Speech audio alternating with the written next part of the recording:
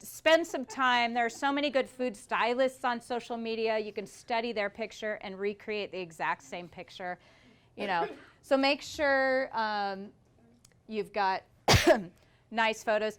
I used to barter the first 5 or 6 years. I would barter for a photo session with a professional photographer.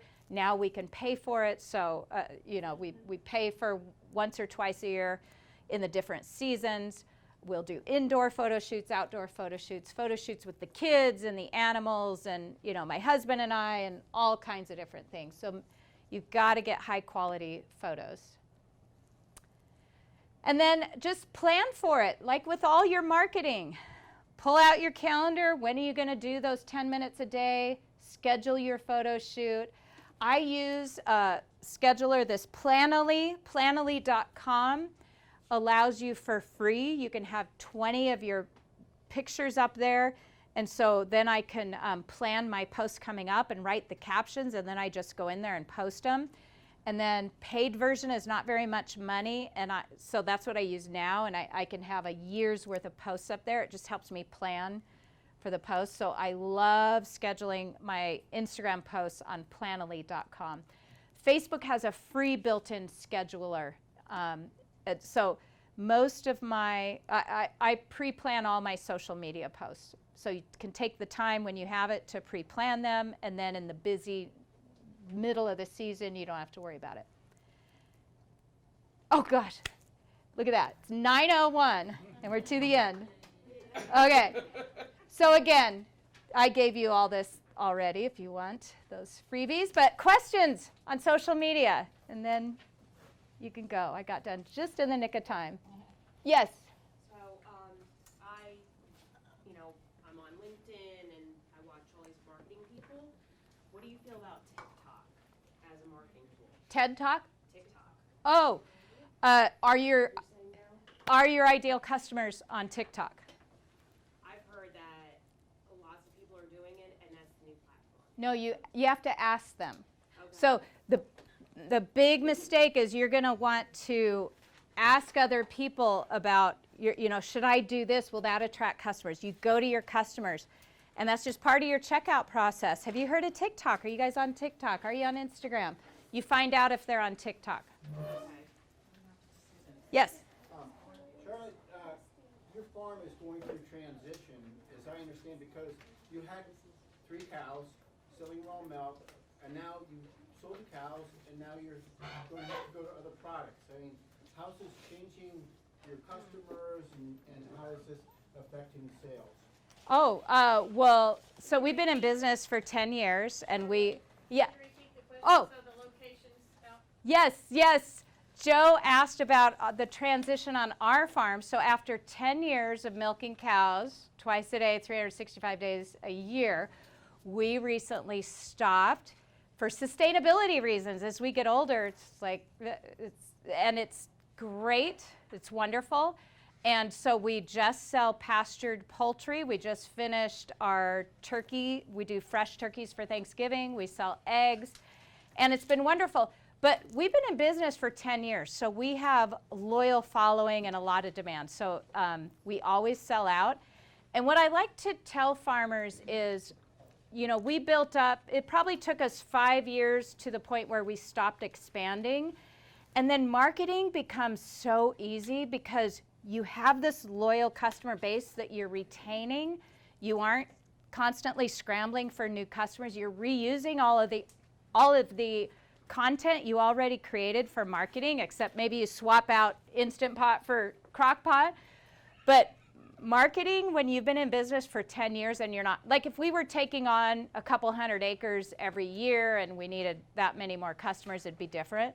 But when you have your set piece of land, you're going to, around the 3 to 5 year mark, you're going to be, when you learn to relationship-based marketing, you're going to have this loyal customer base that follows you no matter what you do. Quick follow-up question. Yeah. Did you run into customers that were disappointed that you didn't have that key product anymore? Yeah, yes. What did you do about that? People are disappointed. People were like crying because we aren't selling raw milk anymore. I said, well, I'm crying because I'm going to have a day off. No, no. Yes, of course. What I did was I found, I have 3 of my friends who produce raw milk. I contacted each of them. I said, after 10 years, we need a break. And here's their, not only do we need a break, but, we're approaching retirement. It's time So to. you sent them to an alternative. Yeah, we said, if you want raw milk, here are 3 names, find one. I trust all of them, I know all of them, I trained them, any of them would be good. We are still doing poultry and eggs. So yeah, it was very easy. And like I said at the beginning, you're gonna transition as a farmer. Rarely does a farmer choose a product right from the start and stick with it forever. Maybe, we did raw milk, for the duration. But when you have those relationships, they trust you, they follow you, they understand when you need a break from, dairying is difficult. Yeah. So, we've only had their support. And what's wonderful is there are customers we don't serve anymore, but we still keep in touch, of course, through other things. Okay. Yeah. Thank you. Yeah, it's been great. And you guys will all have the same thing because you'll transition. Any other questions? Oh, okay, one question online. Can't text. Is there a link? Oh, yeah. Yeah, so if you don't text, go to 3cowmarketing.com. My podcast is free. That's on the podcast page. Go to the Start Here page, has all kinds of free email marketing, free website, free this, free that. And the reason I do those free things is I realize that I teach marketing, but people were not able to learn marketing without even having a website. So we thought, just teach them how to create one for free. So yeah, and basic email marketing. There's a pricing course up there, how to price your products for profit. You have my raw milk spreadsheet. I don't know if you've ever seen that, Joe. My blank Google spreadsheet with all my numbers written in there of what it costs me to run my dairy, and then a blank one where you can fill your own. Because most farmers go through that spreadsheet and realize they're not charging nearly enough for their products. So it's a real eye-opener, if anything. And then if you have a relationship with your customers and you raise your prices so you can be profitable, they understand because you've been communicating with them all along. Yes? So from a farmer's perspective, outside of milking twice a day, how do you find poultry to be easier than dairy? Just curious. Have you ever milked a cow?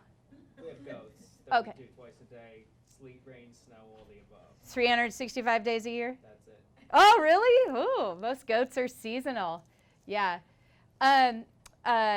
Chickens are so much easier. Yeah. Because we do everything by hand. We don't have the equipment. We don't have the stock tanks, the deliveries, the packaging, the coolers. So I'm just kind of Yeah. getting a feel of kind of different perspectives. From Do you somebody have who's done it. chickens? Do you have Yes, chickens? We do. Okay. Meat chickens? No. Okay. Just layers. Yeah, we just find chickens, and everyone I know who milks cows and has chickens, chickens are just less labor intensive. Like, so if I'm 3 hours late taking care of the chickens because my daughter has a sporting event, they're fine. The cows risk mastitis. So we find pastured poultry a more sustainable lifestyle than milking cows. Milking cows was sustainable for us for 10 years until we're closer to retirement and there's other things to consider, liability and all that. Now, Yes. there's a $250,000 self-milking machine for cows, Yes, self-milking machine for cows. but how much involvement does that, that still wouldn't allow the farmer to take a day off. Well, when you get into that kind of a milk, you're in a big dairy, you're talking a big dairy with lots of employees and the farmers do get days off. I see. That wouldn't work on a 3-cow dairy. I'd spend, Right. 5 generations trying to pay that off for 3 cows. But Right. on a big dairy, we have lots of friends in our area with big dairies and they have days off because they have employees. Okay. Are they making any money? They're, commodity dairies, that's a different story, but they do get days off. Yeah. but I don't know of I don't know of a raw dairy using self-milking machines, but there Well, are. in your state, it wouldn't be possible. because Exactly. You're limited to 3. Yeah, But if you're, yeah. if, let's say you're a creamery or a cheese-making operation. Yeah. Oh, no, the self-milk, I know people who are using them. And Robotic milk. yeah, yep, they work fine. But that's a completely different business model. Then- Because of the expense of the machine. Yeah, and that's usually people selling to the commodity market, not direct to consumer. Okay, well, if everyone wants to leave, and if anyone has, I'll be here for a little bit if anyone has questions so that everyone else can feel like they can go home if they need to. All right, thanks you guys. Big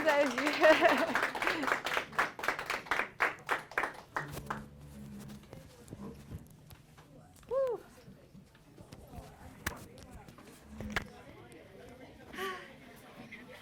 I know.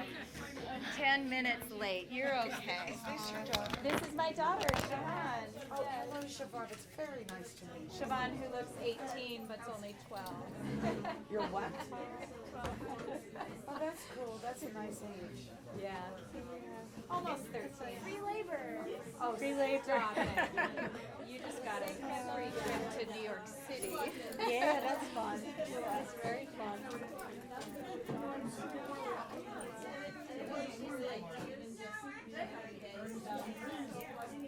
Well, Hey, here we go. Hi here. She's tying her Okay. shoes. She's gonna, aw. okay. We'll go see. Well, thank you very much for a fantastic Yeah, evening. thank you. Lots of Thanks great for info out coming. there.